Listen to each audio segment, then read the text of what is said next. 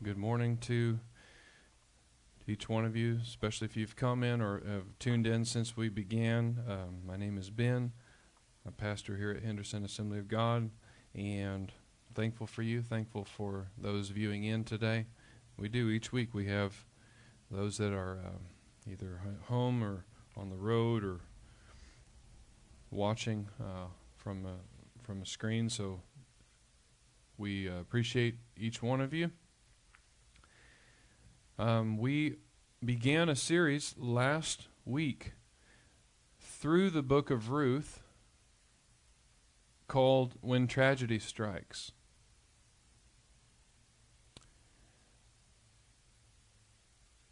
Unfortunately, it's not if, but when tragedy strikes in a fallen, broken world that we live in.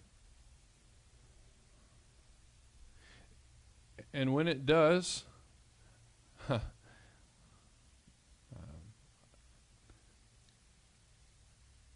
I'm reminded of how that breaks the heart of God when tragedy strikes. And I think it should break our hearts as well as we see people.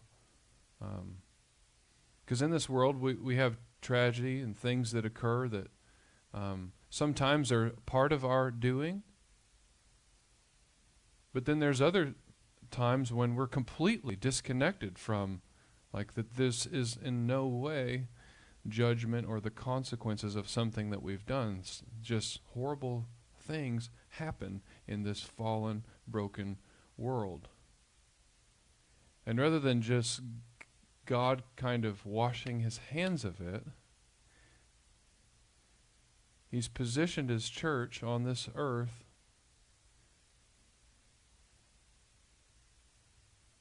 for many reasons, but one of them would be is walking with people as they journey through their own tragedy and their own devastation and their own trials and sufferings.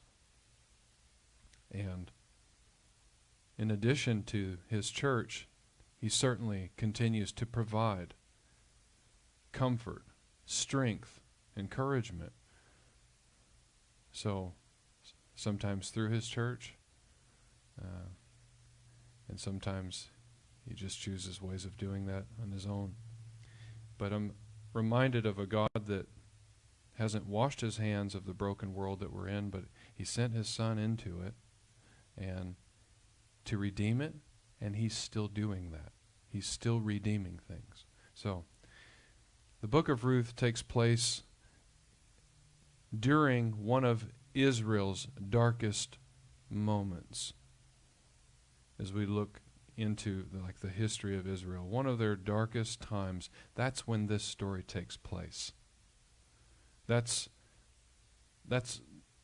key. That's not to be ignored. That's crucial to understand why this book. It helps us understand the purpose of this book, knowing when this story took place and what God was doing in this story in the midst of one of Israel's darkest times. But the final verse of the book of Judges sums it up well, because the time that Ruth took place in was during the time of the Judges. And so the book preceding Ruth in our Bibles today is a book called Judges. And the very last verse of Judges, chapter 21, verse 25, sums it up well. And that in those days, the time of the Judges, in those days, that's what it's referring to. In those days, which Ruth is also written in. The story of Ruth takes place inside the time of Judges. So, in those days, there was no king in Israel. Everyone did what was right in his own eyes.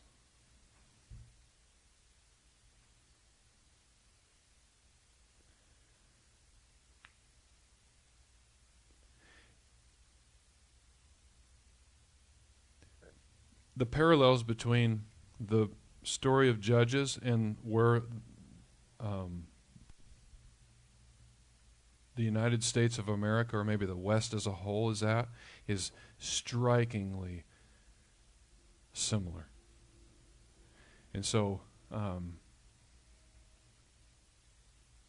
I'll let you determine where in the book of Judges we're at as a portion of the world. But if you want to get an idea of where things can go if left unchecked, read Judges. It is a dark book.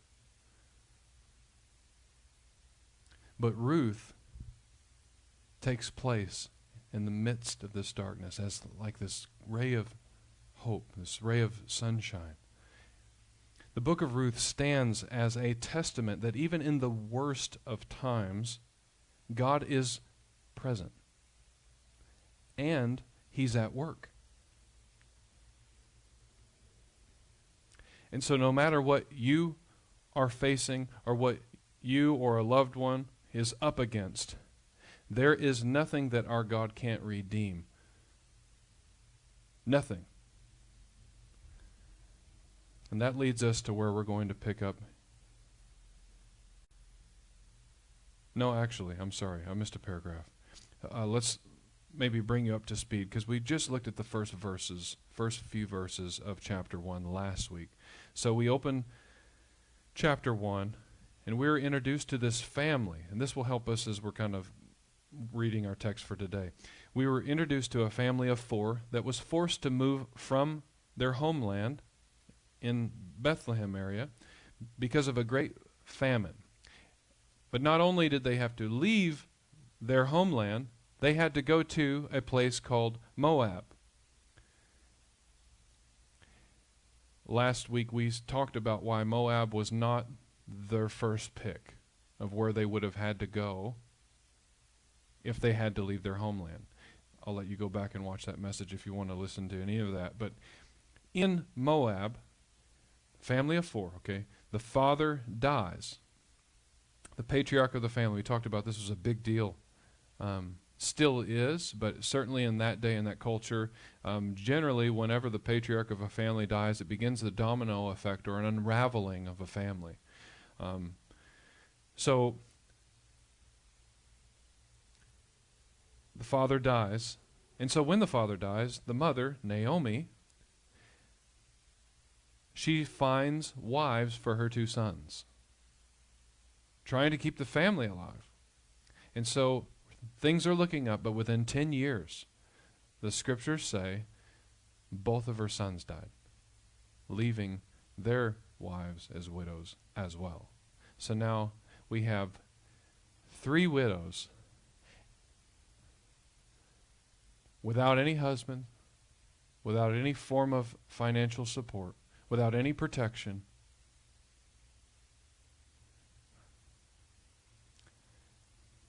And so our takeaway from last week would be is when tragedy strikes, don't give up.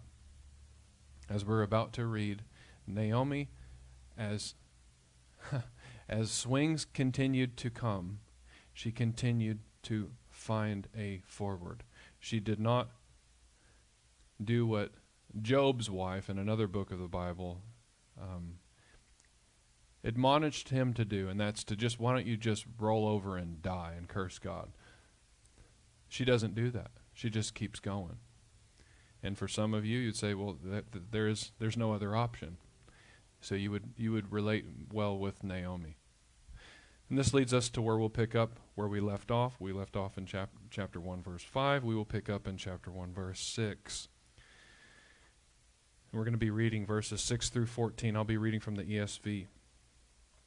Then she arose, that's Naomi, with her daughters-in-law to return from the country of Moab, for she had heard in the fields of Moab that the Lord had visited his people and given them food.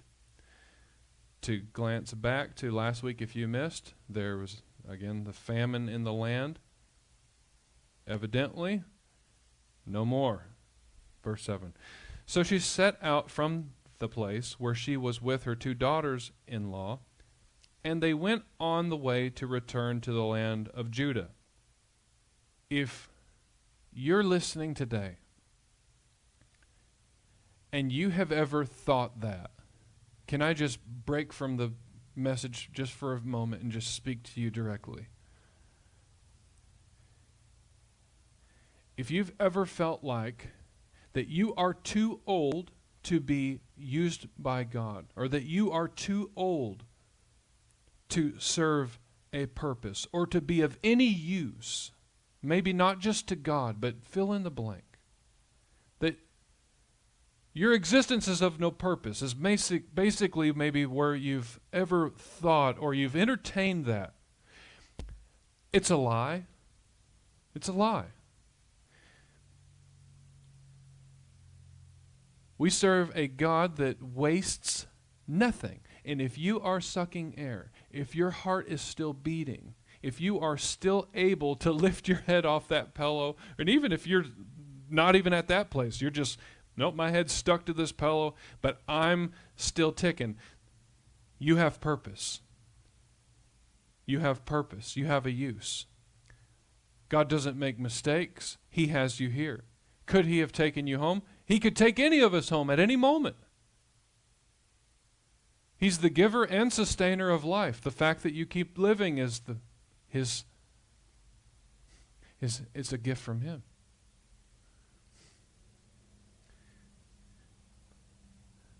But please recognize that thought and categorize it properly. Like reconcile that thought into the proper category on lie.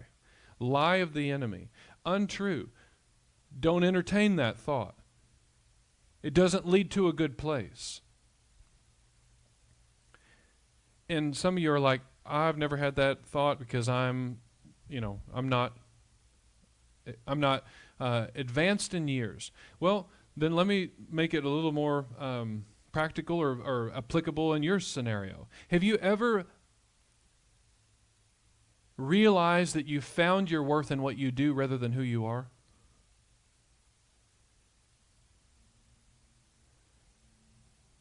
I've had many opportunities that God has graciously and lovingly allowed me to walk through times where in the moment I would have told you, no, my worth as a person is founded in Christ. It is founded in what He thinks of me, what He says of me. And then I've physically been unable to do the things that I have been able to do most of my life. Or the doors that God had opened for me were closing or had been shut, and I was no longer able to do what I did. And I have to be honest with you, in those seasons and in those moments, I struggle with my identity. I struggled with that.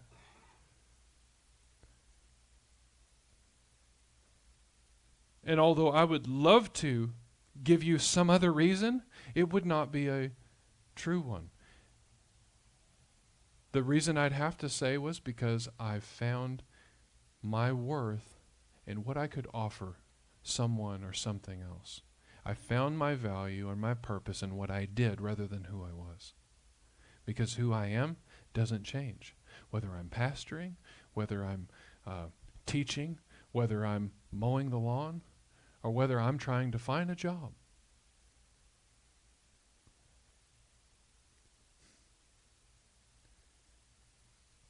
I don't wish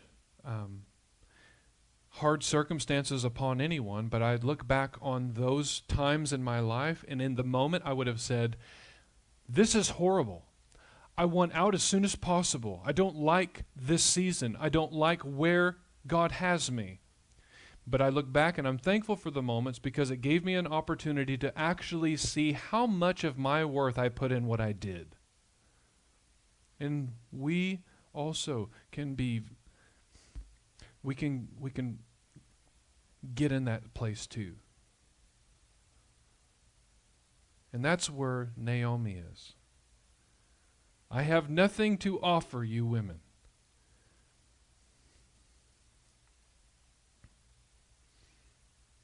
She is defining herself more by what she does rather than who she is.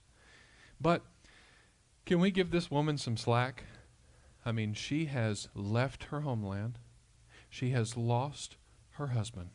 She has then lost the only hope of her family continuing to live on in the death of both of her sons in a land that wasn't hers. And now she's responsible for these two other widows, or feels responsible nonetheless. This woman has literally lost all that she cherished most other than her faith in God.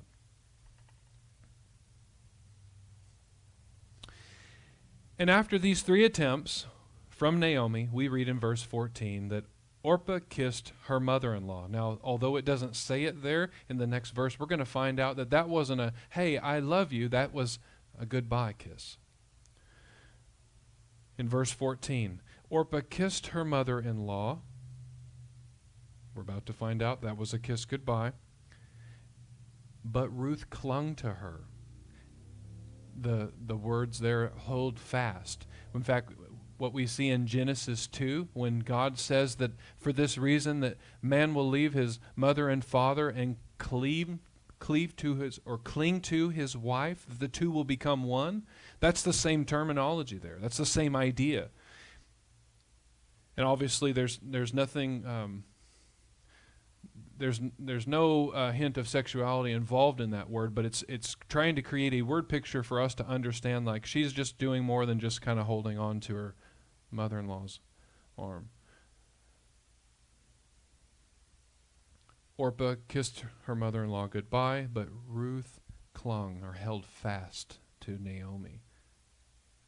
And so, take my word for it, this is a kiss goodbye from Orpah. And this was expected. This was expected. This is a young woman. And it made sense for her to stay with her people so that she could find a husband, so that she could build a family and recover all that she had lost.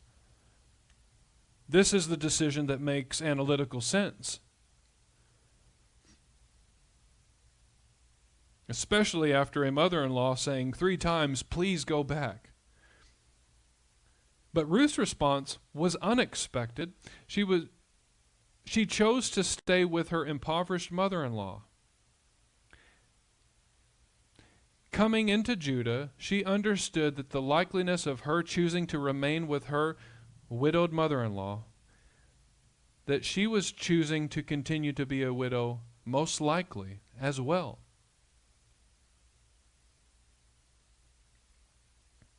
Continuing in verse 15. And she said, this is Naomi speaking, see, your sister-in-law, referring to Orpah, has gone back to her people and to her gods. Return after your sister-in-law. And here comes one of the strongest declarations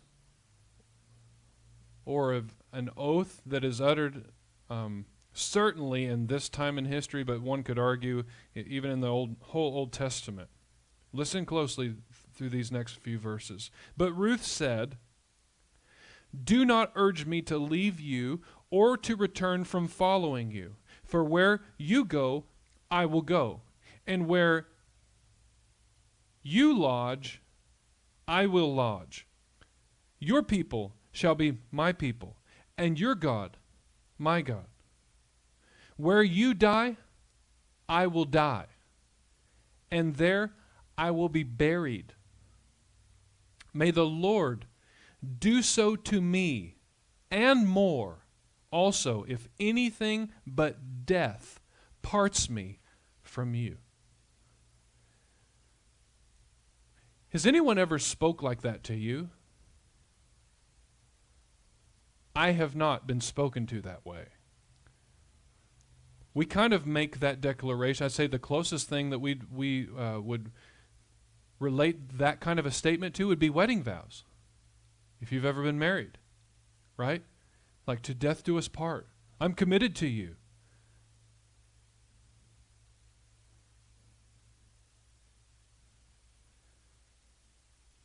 But again, this is not husband and wife. This is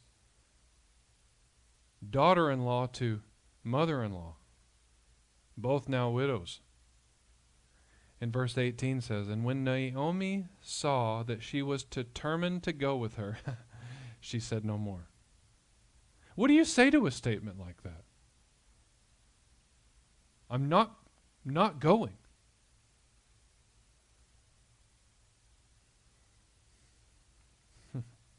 Naomi makes one final attempt. She's already said it 3 times, but on a 4th attempt,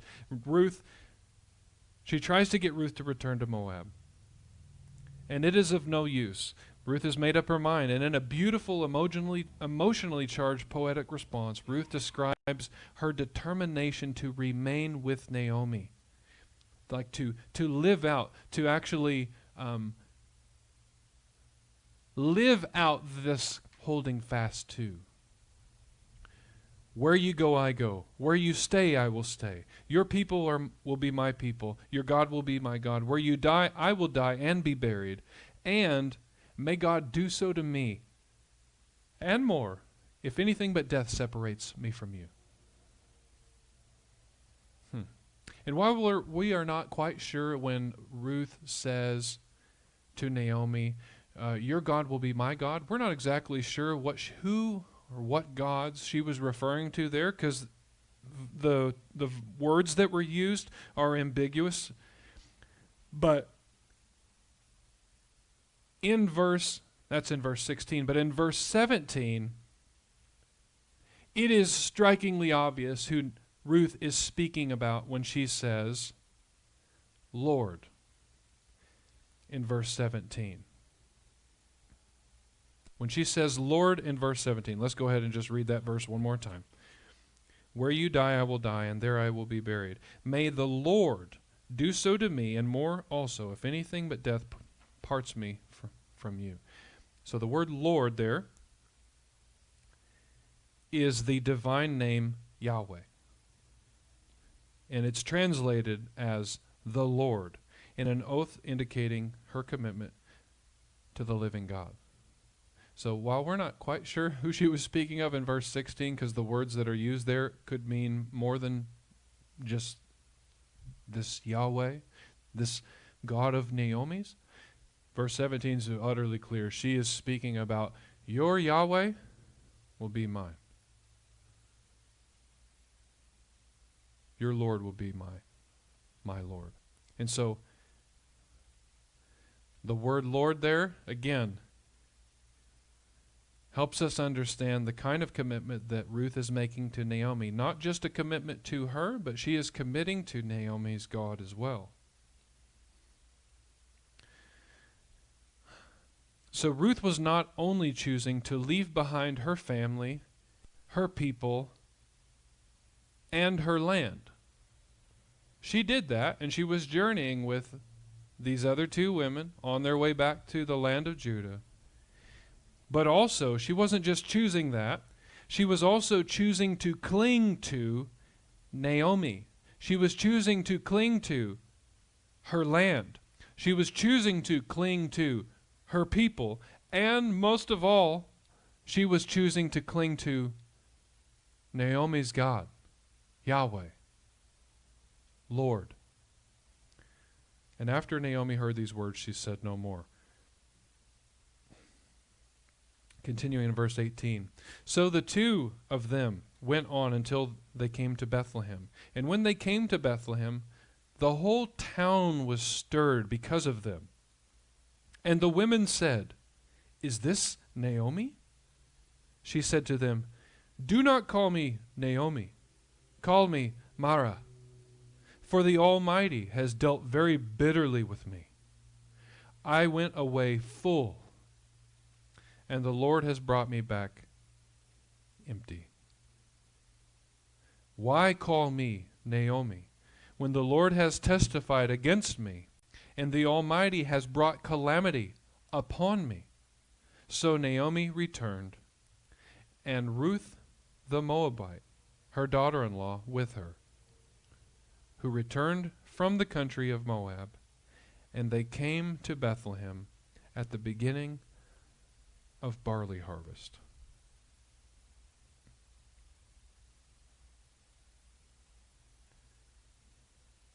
So to the question that was asked from these people in Bethlehem, is this Naomi? Naomi makes two proposals. That she be allowed to change her name from Naomi, meaning sweet or pleasant, to Mara, which means bitter.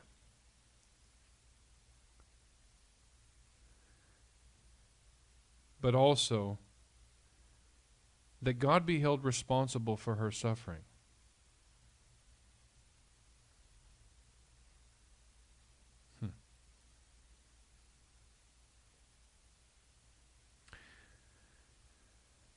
So I think it pretty clear that, or safe to say, that Naomi's not in a good place. But she's grieving. Is anyone today in grief and or recently walked through a time or a season of grieving?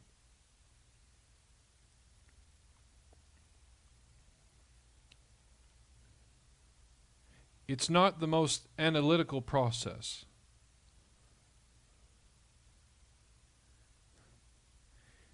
I think in the West we could do a better job of grieving how people in the East grieve. Like they're literally given time and space to weep, to talk about, to not be okay with things. Like they're given like a whole year to just kind of like grieve the loss of loved ones.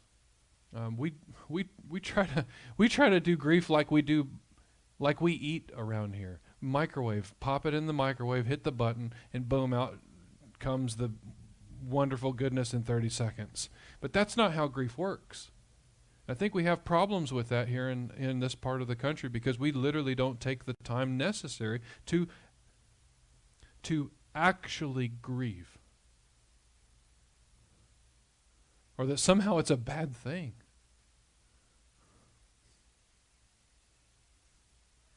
It can't be a bad thing because God grieves. But Naomi's not in a good place. But you know what? She shouldn't be. Life has unraveled, and all that she held dear, other than her God, has left. And I love what's not here in this text. Nowhere is there any mention of anyone telling Naomi, "Now, Naomi, God didn't do this." None of that. There is not an account.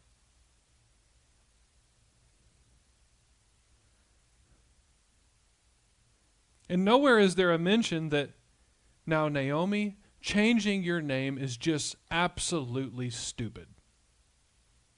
Why would you do that? None of that. There's none of that here. Thank God that none of her friends or none of the people there in Bethlehem took that role upon themselves. I think a lesson can even be learned from this, in that if we have someone who is grieving and going through a very difficult time, that sometimes the best thing that we can do is say nothing. Like, you don't have to fix them. There's nothing that's going to come out of your mouth that's going to fix things. Like, sometimes life sucks. Sometimes life is just absolutely unbearably difficult. And to act as if it's not, or to try to correct someone in their thinking as they're just wrestling with their circumstances, I mean, like, is it really helpful? And it's like, no, it's not. It's actually worse. It makes things worse. They're already in turmoil. They're already full of questions. They're already in the midst of their own personal hell. Nothing is said. Naomi's life has gone from sweet to bitter, and she's given the space to wrestle with that.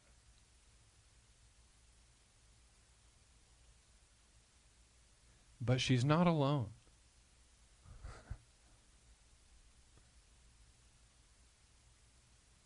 You can be in a room full of people, or you could be in the highest populated city in the world and still be alone.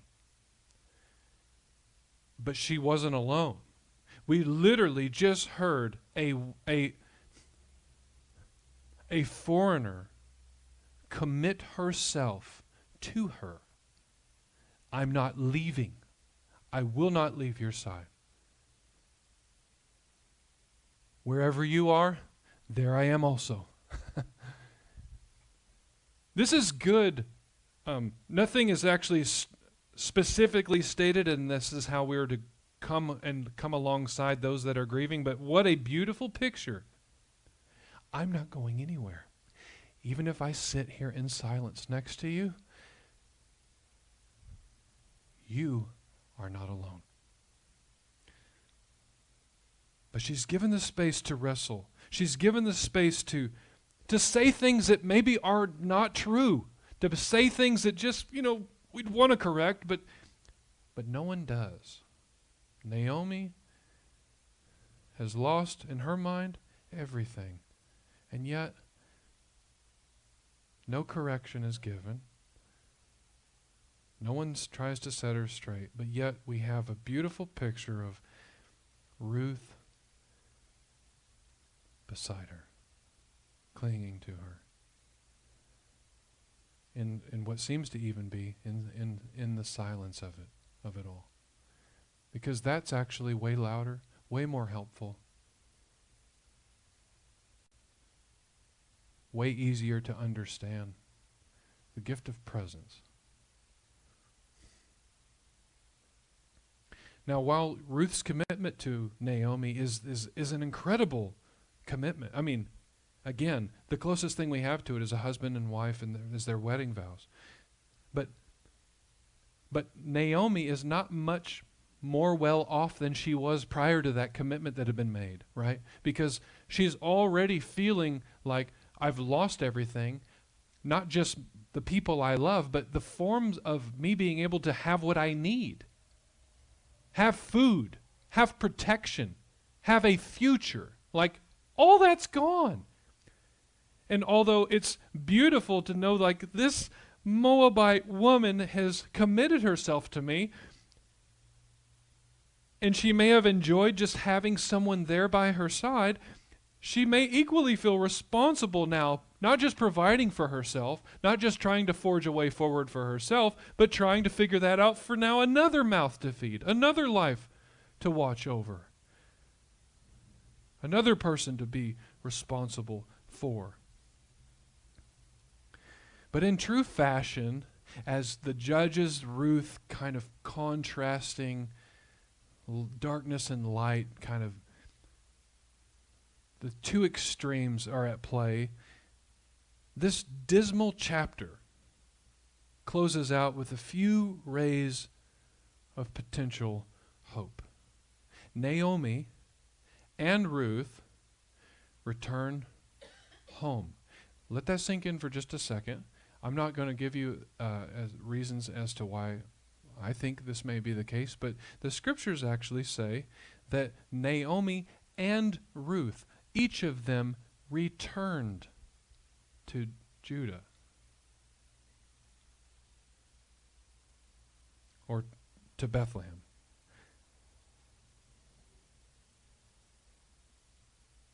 We know this is nothing new for Naomi. We read how she left Bethlehem because of a famine. We know that she would return. Returning from Moab is like, of course she returned from that. She wasn't from Moab, but it says that Ruth returned to Bethlehem, this region of Judah, or the land of Judah. That's interesting. That's interesting. But she returned. But not just that. This is great. This is kind of where the story began for us as we opened the book of Ruth. This family of four is in this land of Judah. And we now see Naomi's back home. So there's that. I think Dorothy from the Wizard of Oz said something like that, like there's no place like home. So if nothing else, she's back home now. But they're returning home at the beginning of the barley harvest. which sets the stage for chapter 2 and what is awaiting in the barley harvest. But maybe more so specifically coming from chapter 1, that the fact that barley harvests don't happen in famines. They don't. But there's a barley harvest. The Lord has visited, and they are back in the land of Judah, and it is about time for the harvest.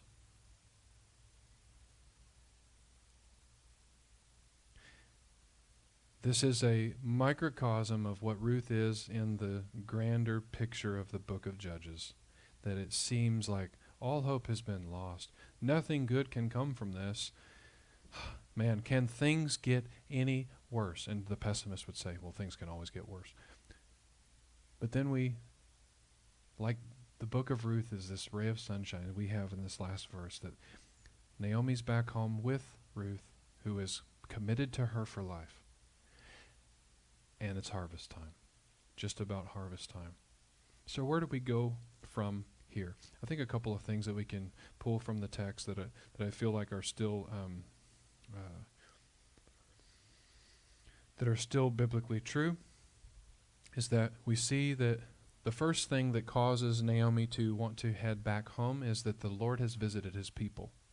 And so there's something to be said about that. And so the way I would maybe word that would say that we should run to the Lord, especially when adversity hits, when we're in the midst of circumstances, whether we're in the actual famine or the season of life that we're walking in, we would describe as such. Nonetheless, we're to run to the Lord. And the beautiful thing here is that we have the gift of the Holy Spirit that's available to us, that like we don't have to go to the temple, and we don't have to go to a priest and have them kill an animal on behalf of us so that we could even come to God, but we can actually right now, wherever we find ourselves, no matter what season, no matter what day, no matter who's left or who's, done what to us, that we can run to the Lord. And we see Naomi, that she's attracted back home because the Lord has visited his people and brought the end to the famine. I think this is good for us. Run to the Lord. The trick of the enemy would be, especially if we're beginning to believe the lie that somehow what we're experiencing is because of God's doing, that kind of mentality would cause us to not want to run to the Lord. It would quite the opposite, actually. And that's where condemnation comes from. Condemnation repels us from going to God. It causes us to want to step further away from him. And it's not true, but that's what condemnation does. But conviction actually brings us to Christ, brings us to the Father, causes that when adversity hits to go to him first, to run to him. And so we see this with Naomi running back home because the Lord has visited his people. And although he has visited his people in multiple ways at this moment in history and time, he's visited his people and blessed them with food. We should run to the Lord as well. Second thing that maybe would be helpful is that we don't need to run off God's provision. If you are grieving, what may make sense to you or what may be natural to your wiring would be, I don't want to weigh anyone down. I got this. Me and Jesus, we can figure this thing out. We always have. We always will.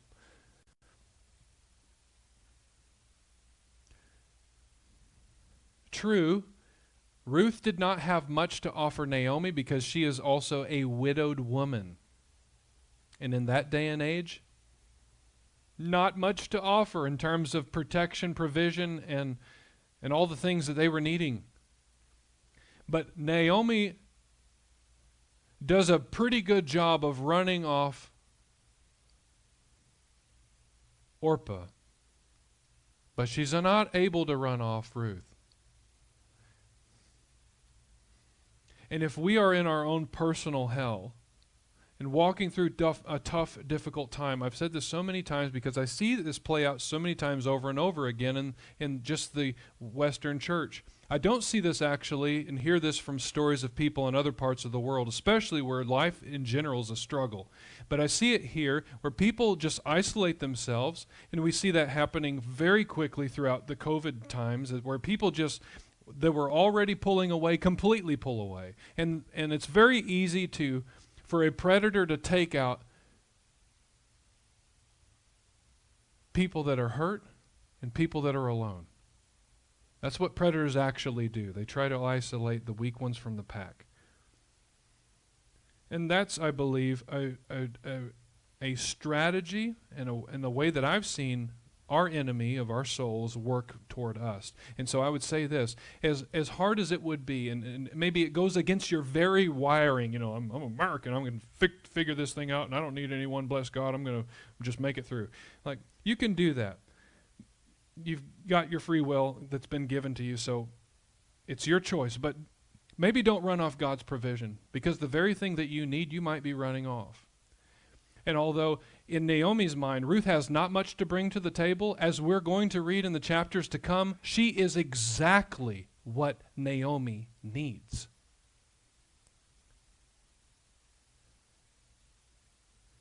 Don't be surprised that when God shows up in an answer to your prayer in a way or in a person that you would think, that's the last person I need right now. That's the last person.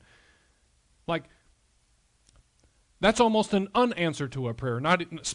Certainly not an answer to my prayer. But actually, Ruth, as we're going to find, is exactly what God had brought to her for the moment that she needed in that time. If Naomi would have needed a husband in this moment, he would have provided one. He didn't. He provided a Ruth. And as we're going to see, for many more reasons than we'll probably even know on this side of eternity, but we certainly more reasons than we know at this point in the story. God is working a plan. We talked about it earlier. His ways aren't our ways. His thoughts are higher than our thoughts. So as the heavens are higher than the earth, so are his ways above ours. So like, he's always got a plan. He's always doing something. He's always working behind the scenes. So maybe let's not run off God's provision and think, bless God, I got this. Because Naomi almost does that.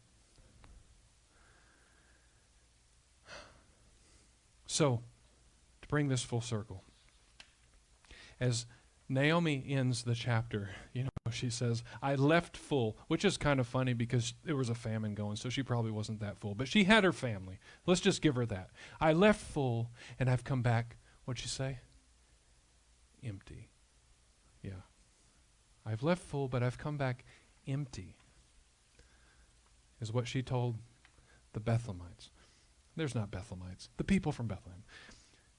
So if you're running on empty, if you are here and you are running on empty, maybe tragedy hasn't struck, maybe life's not that bad, but it's just not great. If you're running on empty, though, if you're running on fumes, man, if you are running on empty, run to the Lord, not from him, and don't run off his provision. And you're like, well, that's the most obvious thing that I've ever heard anyone say. And it's like, well, then why do we do that, though? When we're running on empty, why do we run from the Lord? Why do we run from his church? Why do we run from the provision he tries to bring? Why do we try to run from the things that he's provided for us and think, I've got this. It's just me and Jesus. That's all that I need. I don't know why. Maybe it's just that human propensity to just figure this thing out, and I'm going to bless God, do this on my own. And there's something to be said about that mentality of just we're going to do this thing. We're going to go after and achieve this goal. But if unchecked, we can actually go the opposite direction that God has for us. And we can absolutely miss what he's trying to accomplish in and through us. So if you are running on empty, or someone that you know is running on empty, run to the Lord, or admonish and encourage them to maybe run to the Lord. and to not run off his provision. And if you have a Naomi in your life where you've tried to come alongside as a Ruth and they have continued to try to push you away, I would say instead of trying to fix them, instead of trying to tell them all the things that God's word says about their situation, would you just practice the art of presence and do it in silence? Someone who's grieving, someone who's walking through their own personal hell, would maybe someone who's running on empty, would you just willingly, like a Ruth, enter that mess and sit and just be there? If you got something to say or you've got to just get your mouth going, then start praying. As you're sitting in silence, just in your own heart and mind, begin to pray for that individual who's walking through things. Because the truth of it is, if you have someone who's going through difficult times, I don't know about you, but I've thought, what can I say? And it's like, probably nothing, because it doesn't change anything. And thankfully, we don't find someone trying to do that here. Ruth is just there. She's not leaving. We need Ruths. And if you have a Naomi in your life, you need to be the Ruth. We need to be that.